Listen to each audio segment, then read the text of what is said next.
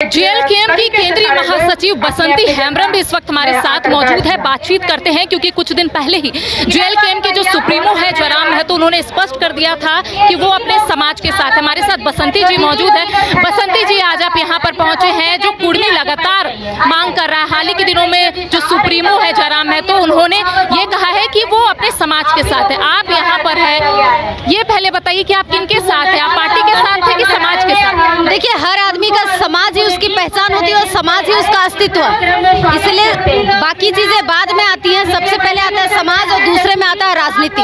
तो आप फिलहाल अपने समाज को यहाँ पर आगे रखे हैं? हाँ, मैं अपने समाज को आगे रखी और मैं अपने समाज के समर्थन में हूँ। उसके बाद मैं राजनीति में। डर नहीं लग रहा है कि पार्टी की तरफ से शायद कोई एक्शन लिया जाएगा? क्योंकि निशा भगत के ऊपर एक्शन ले लिया गया, उन्हें पार्टी से निष्कासित कर दिया गया। तो बसंती हेम्ब्रम को डर नहीं लग रहा है कि पार्टी की तरफ से कोई एक्शन ले लिया जाएगा?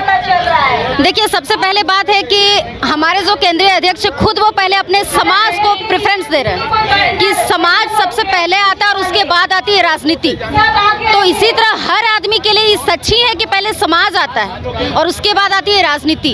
अगर समाज है तो हम हैं और अगर समाज नहीं तो हम भी नहीं हैं। अगर पार्टी के तरफ से कोई एक्शन लिया जाता है बसंती जी, तो आपने क्या सोचा है? क्या आप भी आदिवासी समिति का दामन थामेंगी? क्या शामिल होंगी जिस तरीके से निशा भगत शामिल हुई है?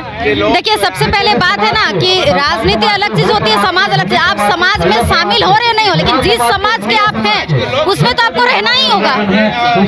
जो कुर्मियों की तरफ से मांग की जा रही है कि वो लोग पहले भी एसटी में थे और अब उन्हें एसटी में शामिल होना है, इसको किस रूप में ले रहे हैं? और आज एक बड़ा आंदोलन है, रेल टेका डहर छेका, इसको किस रूप में ले रहे हैं? देखिए, सबसे पहली बात है कि किसी का भी संवैधानिक मांग जायज होता है, लेकिन असंवैधानिक अलोकतांत्रिक वो सही नहीं होता है।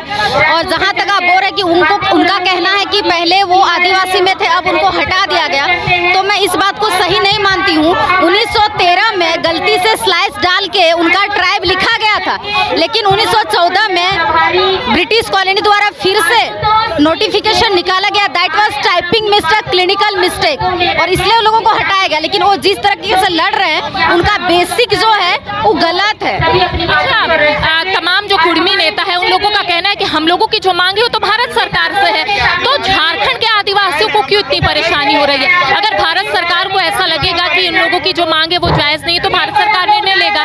यहाँ के आदिवासियों को क्यों परेशानी हो रही है? देखिए, सबसे पहली बात है, संवैधानिक तारीख से वो होता कि जो उनके एमपी हैं, एमएलए हैं, उनको संसद और सदन में बात रखना चाहिए था, क्योंकि संसद में ही और सुप्रीम कोर्ट से ये चीज होगा।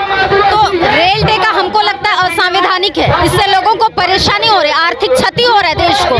तो उससे अच्छा उनके जो प्रतिनिधि है वो बोलते संसद में तो बेटर था। टीआरआई रिपोर्ट को भी गलत मान रहे हैं कुर्मी समुदाय। उन लोगों का कहना है कि टीआरआई रिपोर्ट जो है वो भी गलत है। देखिए, बहुत सारे जो कि कुर्मी समाज को बरगला भी रहे हैं। मैं ऐतिहासिक तथ्य पे जाना चाहूंगी, और ऐतिहासिक तथ्य पे उनको ट्राइब नहीं माना गया, उनको कास्ट माना गया है। इसमें लड़ने झगड़ने का कोई बात नहीं है। बात इतना है कि आप ऐतिहासिक तथ्य पे जाओ ना।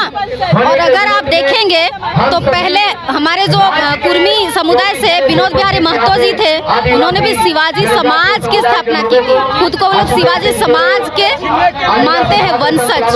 कुर्मियों का कहना है कि उनका जो रहन सहन है वो आदिवासियों जैसा है। नहीं, मैं ऐसा नहीं मानती। देखिए, आप किसी समाज के साथ रहते हैं, वो हमेशा से आदिवासी समाज के आसपास ही रहे, तो हम लोग एक दूसरे के साथ रहते हैं, तो कहीं ना कहीं एक दूसरे का रहन सहन प्रभावित होते हैं। लेकिन आप कह ले कि हम सेम वही, तो ऐसा नहीं होता है। देखिए, फिलहाल ये तस्वीर हम अपने दर्शकों को दिखा रहे हैं कि जेएलकेएम की महासचिव बसंती हेम्ब्रम इस वक्त यहाँ पर मौजूद थी, और इनका कहना है कि जो सुप्रीमो है जेएलकेएम के जयराम महतो, उन्होंने भी अपने समाज को आगे रखा है और आज कुर्मी समुदाय का वो समर्थन कर रहे हैं। तो ऐसे में इनका कहना है कि मैं भी अपने समाज को आगे लेकर चल रही हूँ, और साथ ही इनका ये भी कहना है कि कुर्मी पहले भी एसटी में शामिल रहे थे और कुर्मी अभी भी एसटी में शामिल नहीं हो सकते हैं। सहयोगी उत्तम के साथ करिश्मा सिन्हा, न्यूज़ 22 रांची। शहर की भीड़ से बोर हो गए हो? तो चलिए आज नए वाइब में आपको लेके चलते हैं, जिसका नाम है वैदिक विलेज। एम्स पटना से 10 मिनट की दूरी पर नौबतपुर में स्थित ये सोसाइटी सिर्फ आपके लिए है। यहाँ पे मेन रोड 30 फीट की है, रिंग रोड 24 फीट की है और ब्रांच रोड 20 फीट की है। यहाँ मिलेगा आपको स्विमिंग पूल, जॉगिंग ट्रैक, मंदिर और 24/7 सिक्योरिटी कैमरा जैसी बेसिक एमिनिटीज। शांति और सुकून से भरा प्लॉट चाहिए तो सोचना बंद करो, अभी कॉल करो नीचे दिए हुए नंबर पे।